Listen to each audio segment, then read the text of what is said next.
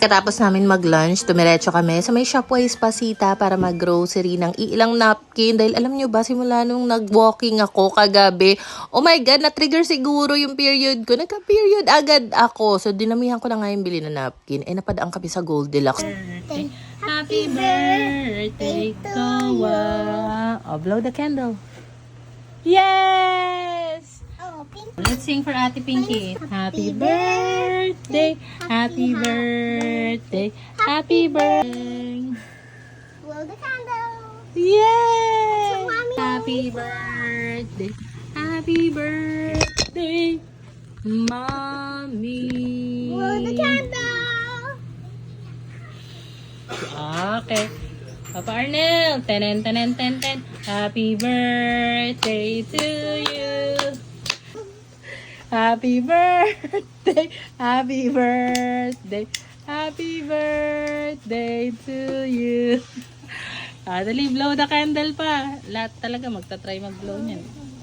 Alright! Kumain na muna kami ng merienda at itong half roll na chocolate cake nga ang minerienda namin. And since medyo madami-dami, itong mga kailangang i-unbox, pinagawa ko na kay Papa. Kasi kapag ako, minsan inaabot ng more than a week, hindi ko pa talaga nabubuksan yung mga yan. Ay, ang dami eh. Nagulat nga si Papa pagkabukas niya dito sa isang box na to, ang laman, puro Downy. Ayan, at meron tayong magagamit na fab ko na mga ilang buwan din. Thank you very much, Downy. So ayan, kumuha na nga si Papa ng iuuwi niya kasi may mga times din na bigla-bigla na lang yan naglalaba doon, hindi na dinadala dito. Isa sa mga paborito ko dito na variant, yung Sunrise Fresh. Tapos si Pingoy naman, gusto niya yung mga perfume edition Kinemerot. Meron din pala ako natanggap na bagong rice cooker from Gabor. So mas maliit ito. Ang cute talaga nito. Actually, pangalawa ko na itong ganitong mismong design or ganitong model. Yung una kasi na ibenta ko na. So etong pangalawa naman, sinabihan ako ni Papa na, Ning, wag mo na ibenta, sa akin na lang. Kinabukasan na nga pala ito, nagpunta kami sa kabila. Nung papunta kami ng mall, nakasalubong namin yung pinsan ni Pinky. Sama daw siya, for the go. So, meron nga pala ditong stall, yung Cartoon Networks. Pero kailangan mo kasi mag-register or mag-download ng app, Kinemerot, para makalaro yung bagets doon sa loob ng popcorn booth. Ang dinayo ko talaga dito, yung Coco na milk tea. Kasi ilang buwan na yung bukas dito. Hindi pa talaga yata ako nakakabili. Gawa ng laging ang haba ng pila. Ngayon na lang talaga bakante. So, ayan, for the Coco kami. Tapos, bumili rin ako ng tinapay para sa kanila. Tapos, nadaanan namin itong ticket booth ng Splash Island. Sa harap lang to ng Pizza Hut. Tapos meron silang ino-offer na mas murang ticket. $299 kapag weekdays. $399 naman kapag weekends. Pero yung consider nilang weekend is Friday, Saturday, Sunday. Not bad na. Tapos valid yun hanggang June 5. Pero hindi nila sure kung hanggang kailan yung ticket booth doon. Kaya bumili na ako ng ticket namin. 5 piraso lang. Yun lang afford natin. Pero kasi gusto ko lang ma-secure na meron kaming may experience na Splash Island with the kids ngayong summer. Ito nga pala yung laruan na natanggap ni Pinky nung Christmas. Thank you very much sa nagbigay nito. Lagi nila nilalaro yan dito kaya hindi na rin namin inuuwi doon sa apartment. Ito pala yung isa sa dahilan kaya nagpunta kami dito. Meron ako natanggap na product from You Want and meron akong mga kailangang linisin dito. Iniisip ko perfect na perfect talagang gamitin ito para dito sa kabila. So gagawa na lang ako ng dedicated video kapag nalinisan ko na to, kapag ginamit ko na siya and all that. But for now, mag-unboxing na muna tayo. And ang napansin ko sa mga You Want product, double boxing talaga sila. Sobrang secured ng packaging ng mga products nila. And talaga namang high quality po talaga. Yung iba't ibang product na natanggap ko sa kanila, iba't ibang dust mite vacuum. And this time, meron nga silang steam cleaner. Para na rin siyang spot cleaner. Pero, ang bongga dito sa machine na to, meron na siyang nire-release na steam. Kaya rin nung nakaraan, ni-let go ko na yung nag-iisang tinira ko na spot cleaner kasi alam ko na meron akong paparating na ganito.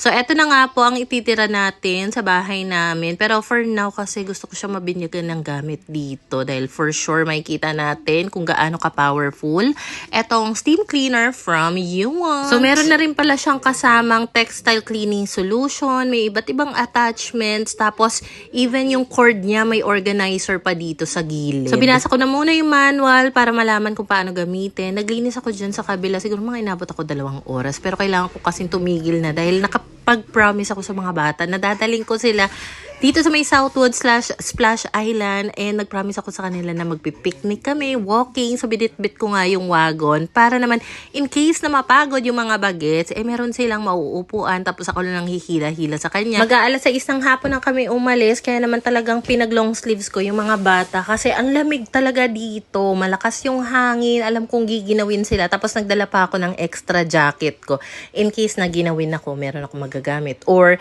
if hindi pa enough yung long sleeves ng mga bata, pwede ko ipagamit sa kanila yung binitbit kong jacket. So ang dami talagang tao dito nag-exercise, tumatakbo, nagbabike, nagwo-walking, bonding. So ayan, nagbitbit pa ako na maliit na picnic mat, malaking tubig, at saka tripod para naman kapag video ako dito. Yung ganito hindi talaga trip ni Pinggoy, kaya ayaw niya sumama, pero ako gustong gusto ko yan. Fantasy ko yung mga ganitong eksena, yung magpipiknik ka kasama yung mga bata, tapos maglalata ka ng picnic mat habang yung mga anak mo patakbo-takbo dyan. Diba?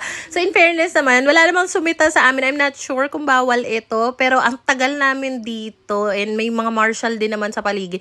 Wala namang naninit, at saka I made sure na kung meron mga kaming binitbit na pagkain dito, hindi kami magkakos ng kahit anong kalat. So sina Pinky, sina Kowa, ayan, patakbo-takbo lang dyan. Tuwang-tuwa sila, tapos ang lakas din talaga ng hangin dito. Maliban nga pala sa tubig, ang binitbit ko is yung natitira naming wheat bread sa bahay. Binitbit ko siya, pati na rin yung Eden cheese slice. Ang bala ko sana talaga, i-prepare na yung sandwich bago pa kami umalis. Kaso, di ba naglinis pa nga ako sa kabila. So, inisip ko, kung magpe-prepare pa ako ng sandwich, baka abuti na kami ng gabi bago makarating dito. So, sabi ko, ay, doon na nga lang ako gagawa. So, nagbitbit na lang din ako ng mga extra cellophane pang sandwich. At ayan nga pala yung view namin. Di ba, napaka-payapa, napaka-aliwalas, parang napaka-relaxing. Alam mo yun, ang sarap humiga-higa lang dito sa picnic mat. Abang-abang lang na magdilim, stargazing, gano'n. Ang next sa fantasy ko naman, ganito rin, mag-set up kami ng picnic mat or blanket, pero nasa beach naman kami nakaharap. Pero for now, okay na to dahil wala kaming gasto sa gala na to, dahil even yung pagkain, binitbit ko na. So, baon lang namin yan. How I wish nagdala pa ako ng ibang pagkain. Maybe next time, kapag marami-rami akong time para makapag-prepare, ang sarap magbitbit ng mga fruits, ano pa ba, salad, diba? Tinapay lang daw yung kay Kowa, ayaw niya ng may cheese, kaya naman ito lang yung nilagay ko dito sa sandwich, cellophane. Talagang naghanap ako ng sandwich na cellophane nung nagpunta kami ng Pasita Palengke.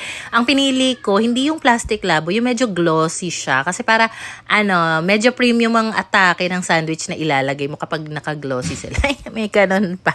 Mahal kasi gamitin yung Ziploc, nang hinayang ako. So, sabi ko, pwede na nga to. So, ito namang next na ipe-prepare ko ay para kay Pinky. Gusto niya daw may cheese. So, ito rin pala yung isa sa binili namin na nagpunta kami ng Shopwise kahapon.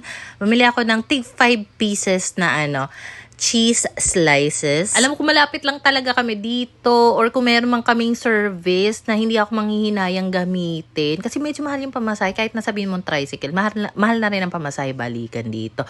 So, ayan nga, gusto ko sana talaga kung every other day or kada hapon nandito kami, why not? At least makakatakbo ng bonggang-bongga yung mga anak ko. Kasi kapag sa harap ng bahay sila naglalaro, nagtatatakbo, medyo kinakabahan talaga ako, lalo na may mga dumadaan-daang sasakyan, diba? So, meron ng kanya-kanyang tinapay yung mga bagets. Then, ito namang last na ipe-prepare ko is for me. So, nandito lang talaga kami nakatambay. Hinahayaan ko lang maglaro yung mga bata. How I wish nagbitbit kami ng bola para nakakapaglaro sila ng football dito. And then, ayan ako, patingin-tingin lang din sa mga dumadaan sa mga paligid namin. Tapos, inabot na talaga kami ng medyo madilim dito. Tapos, tinanong ko sila, gusto nyo na bang umalis? Sabi, okay, sige, kasi medyo madilim na nga rin dito sa pwesto namin.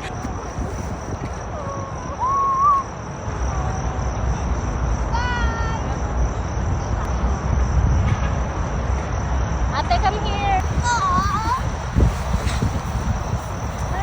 Sobrang laking bagay rin talaga na nagdala ako nitong wagon. Kasi kita mo naman, hindi talaga ako nahirapan dito sa mga anak ko. Dahil if ever na wala to, tapos sabay napagod yung mga yan, malamang magkakarga ako ng 2 bata. Diyos ko, ang bigat-bigat na ng mga yan. So at least dahil may wagon na nga kami, ayan, kanya-kanyang upo na lang sila dyan. Hihilain ko na lang. So most of the time si Kowa yung sumasabay sa akin ng lakad. Si Pinky, understandable na pagod kasi maaga pa lang, may school yan kanina. Maaga siyang nagising. gising, tapos hindi pa nagnap nung tanghali. Itong si Pinky, for sure, pagka uwi namin, ang sarap ng tulog ng mga to dahil nakailang takbo talaga sila dyan sa field. Meron din kaming iba nakakasabay dito, nakasama yung mga kids nila, yung iba nagbibit-bit ng scooter ng kids nila. Pero for me, dahil dalawa nga ito, wagon is the key. Kung bet yun ang ganitong wagon, maglalagay ako ng link niyan sa comment section and nasa showcase ko rin yung wagon. Habang naglalakad nga kami dito, nakita pa kami ng isang barkada ni Pingo na si Ivan. Shout out kay Ivan. Namaan na rin kami saglit dito sa Spark para naman makatakbo-takbo dito si Pinky dahil bihira nga lang siya makapunta dito. So ayan naman si Koa nandito sa gilid dahil ayaw niya daw dito. Ang gusto ni Koa, dumiretso na nga kami doon sa Southwoods Mall. Nagpapabili ng cereal pang breakfast daw. Ito minsan yung isa sa struggle talaga kapag meron kang dalawang anak na kasama tapos magkaiba yung trip nila minsan. Minsan lang naman. Dito na nga kami sa may Alfresco area sa baba ng Southwoods Mall and ayan, ang tagal dito ng mga anak ko. Meron pa silang nakalarong bata dyan, takbo sila ng takbo dyan. Tapos napagod na, pumasok kami sa loob. Nandun kasi yung Cartoon Network na booth, diba? So ay naglaro sila doon. Dumaan kami ng grocery saglit para mabili nga yung cereal na gusto nila and then umuwi na rin kami. Ayun lang naman yung mga kaganapan for today's video. Thank you for watching.